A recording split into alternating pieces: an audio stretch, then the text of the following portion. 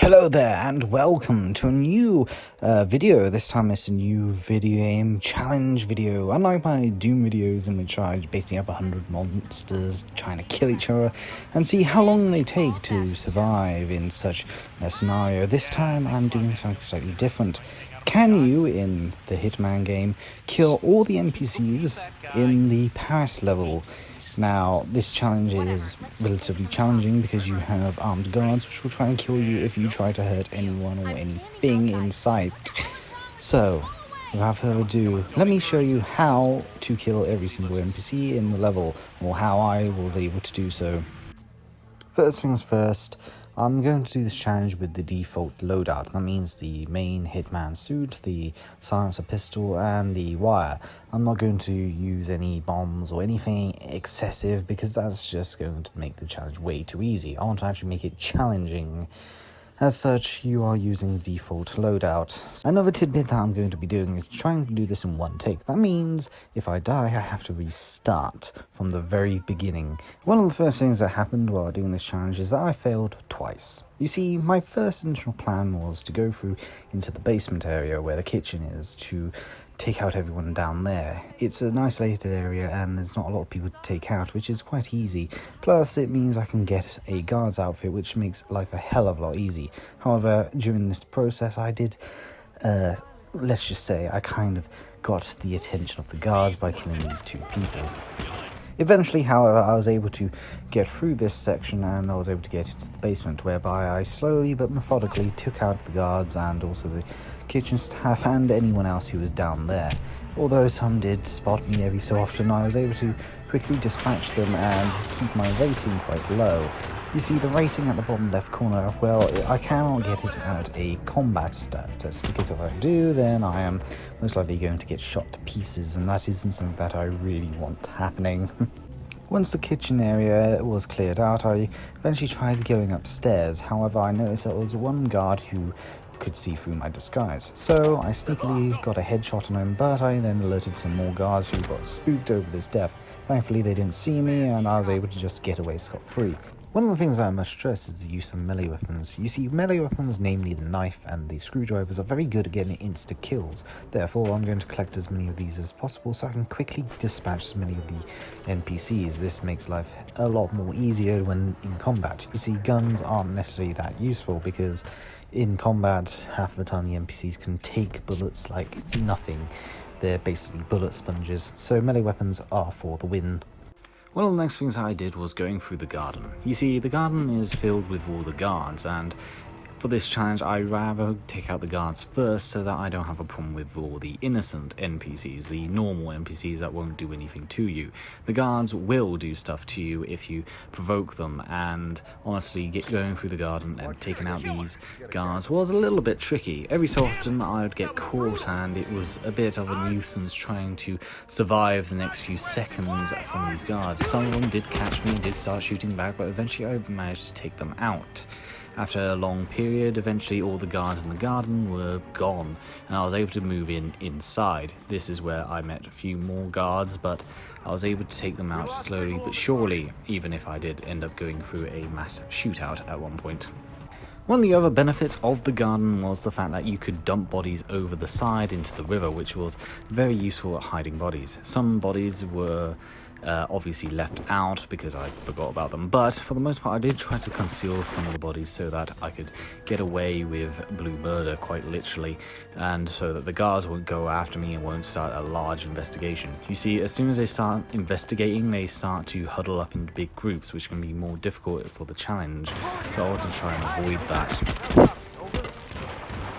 Making my way inside was a little bit difficult due to the fact that many of the guards are swarming around the place and were next to each other, meaning that you had to take out one but then the other would react.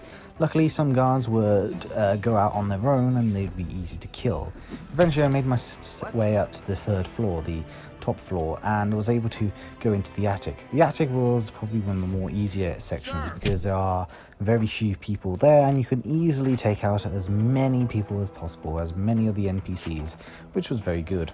However, things did not go so well, as you're about to see. As you can see, there was a bit of a shootout. You see, my initial plan was to use the door trick, which is basically take out individuals by opening and closing the door every few seconds.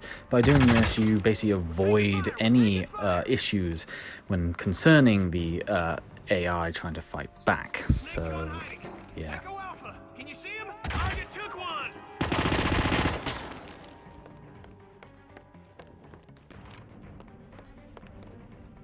Unfortunately, I did screw up with the door trick, and as a result, pretty much all the guards went swarming after me. But in many ways, this was a blessing in disguise, because it meant that I could clear out as many guards as possible, and actually made my life a hell of a lot easier. You see, I managed to wipe out pretty much all the armed guards here, and was able to just go after the normal NPCs, the defenseless ones, and take them out as such. Basically, I became an American. By defending my Second Amendment rights, I decided to go downstairs and take out more people. However, along the way, I did discover that there are a few staggering guards about, people who just so happened to not go after me and were in fact waiting elsewhere. They were easily dispatched because they were mostly just on their own, and as a result, they had no one else to help them as I ploughed on with this massacre. Luckily, everything went smoothly from this point on, and pretty much this challenge became very, very easy. Something that should be noted is that in this game, there are what I like to call liquid AI. AI that aren't really there. They're the type of AI that will fizzle out and disappear because, well, they're only there to be big crowds. The real AI are the ones that you can perform proper executions on or actually kill and will spot you and run away. The liquid AI, for the most part, just stay still and do nothing and will eventually deplete as the situation worsens along the way. You really think you're getting over? Eventually, I travelled through the gardens and went around the outside. Of course, there were some problems here and there. These problems included the guards that were still alive that kept shooting back, and there were a few close calls, and honestly, I was scared that I was going to lose the challenge at this late point. Thankfully, that never happened, and I was able to quickly dispose of all the individuals around this area.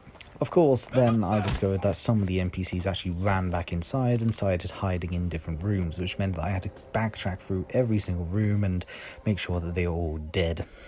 However, everything soon came to a standstill. There were no more AI, there was no more NPCs, and eventually I was basically done with the challenge. Of course, to make sure that I was 100%, I decided to go through the entire map, looking through every nook and cranny, and here are the results.